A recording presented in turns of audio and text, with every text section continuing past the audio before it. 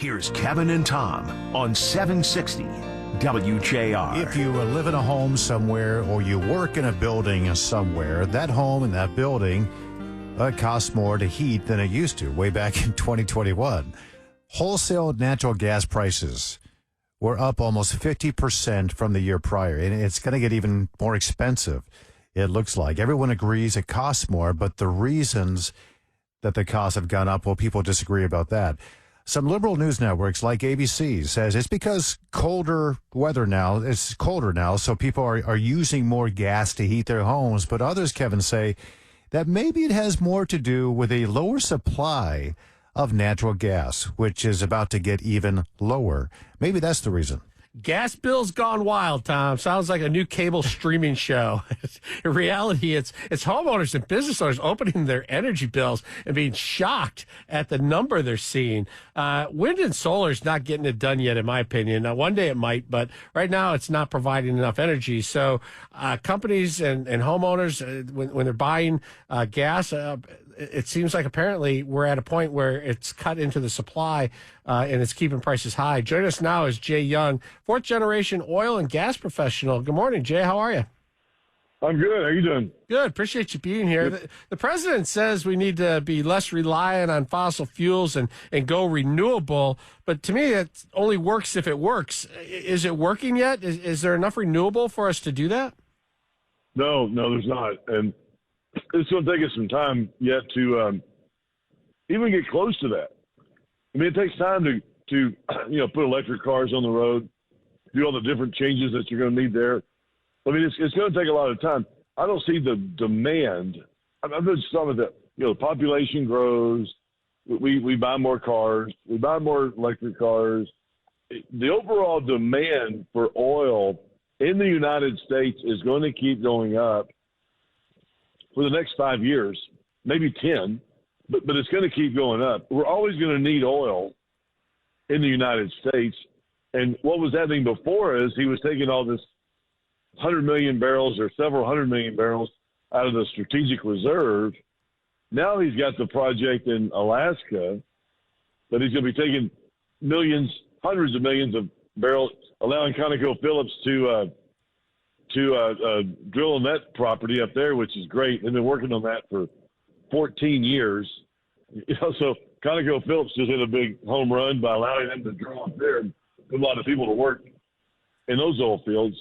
But what the price goes up and down because of it's not the guys.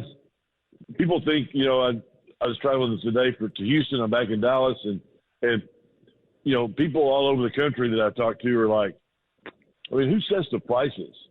You guys just sitting back in a room with a cognac and boots and a cigar and yep. Say, hey, well, I think we should go up 20 cents tomorrow. Oh, let's try that. Well, it's not, or we're not using as much. No, it's not it. It's all about supply and demand. We don't have the supply necessary. Right now you're seeing oil prices crater because of the markets and the banks and all that. You're going to see oil prices go up by the summer and the end of this year. If things get back to normal, now I can't do anything about another pandemic or whatever, but I'm just saying that if everything goes as planned and as we hope and normal, and you're going to see oil prices go up because we don't have the necessary oil to fill up our demand, and it's going to go higher. In the fall, they were predicting a really expensive winter. There were warnings to expect increases as high as 30% to heat your home and in your businesses. Did we see that? Yeah, no. I mean, we haven't. I mean, we didn't have big weather here in Texas. I know that we've had some big weather come through the last couple of weeks in places, but we haven't had the hard winter that we normally have here. And that's what I'm saying.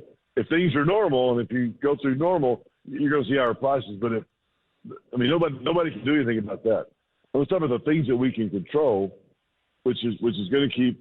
And I write in the book, I wrote a book called The Upside of Oil and Gas Investing because I wanted people to know about, hey, how can you invest in oil and gas? But also, what is it all about? I write in there about, the supply and demand and what happens, and like the European situation right now. I mean, they're paying $20 per MCF over there in Europe and China, and we're producing it over here at $3. But we don't have the infrastructure yet to transport as much over there as we need to.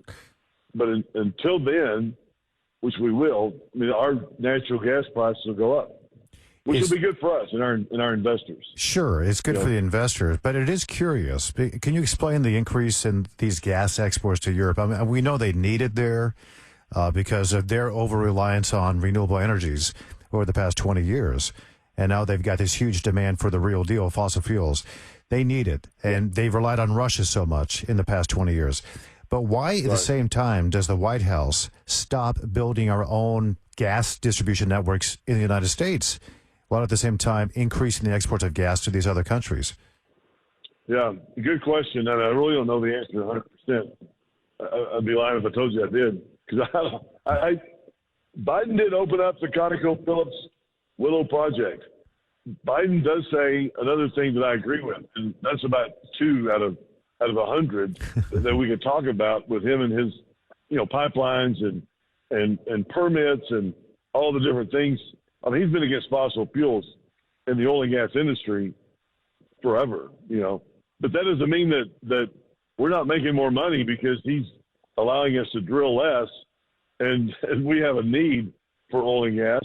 It's like oil and gas prices go up, and oil and gas companies like ours, we make more money. So our investors are happy, obviously. But we should point out that at the same time that he allowed for the Willow project to move forward, he shut down 100% of the drilling in the Arctic and the rest of Alaska on federal lands and the seas there. Can you answer this? When businesses, when they purchase energy, like manufacturing plants or whatever, they often buy in advance because that might prove out to be better financially for them. So they take a gamble that prices are not going to go up when they're locked into a price ahead of time. So they're buying futures. Is that practice, is that changing now? Are more large businesses buying energy on the spot market instead because there's so much volatility?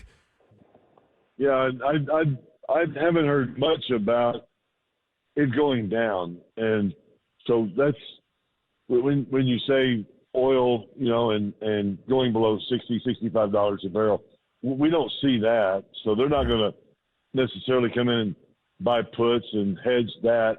So they don't feel you're right. They don't feel comfortable there. They think the upside, is going to. So when they're buying it, man, they want to make sure that they're protecting their upside. So they may go in when the prices are down like this and make sure that if prices do go to 100, they're not paying that. So they'll buy some calls.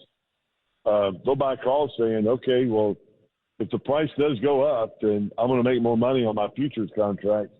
And I'll have to pay more, but my contracts will be worth more, so that offsets itself. And I believe they're going to do that because there's not many people around that don't think that oil prices for sure are going to go up. Yeah. So I can see them speculating and putting money out there, like when oil and gas prices go up and jet fuel goes crazy, and Southwest Airlines they're still making money because they hedge. They do a lot of hedging. And a lot of hedging. They were wise to do so. The author of the book is called The Upside of Oil and Gas Investing is Jay Young, our guest here representing the American Petroleum Institute. Jay, thanks so much. Great to have you back. Absolutely.